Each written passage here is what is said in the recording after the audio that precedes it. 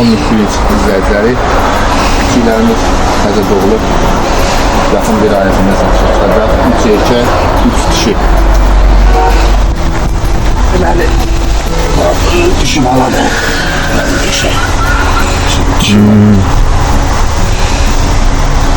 Qəşəng. Erkək. Bu erkəkdir. Bu erkək olarlar. Bu kopya əmisi. 5 günlüklər. 22'si. Bunun 27'si də 5 günlüklər.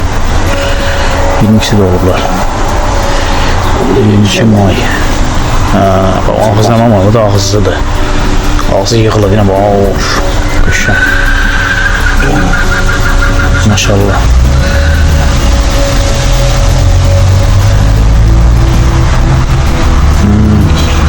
Bu dişi desen? Erkək. Bu da erkek.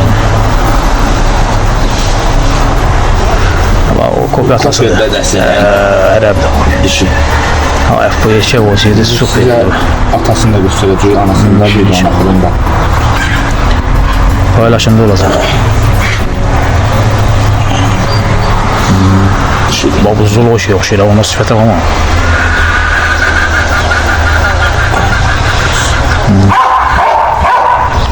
Siyahlar, biraz yine Allah şükür olsun.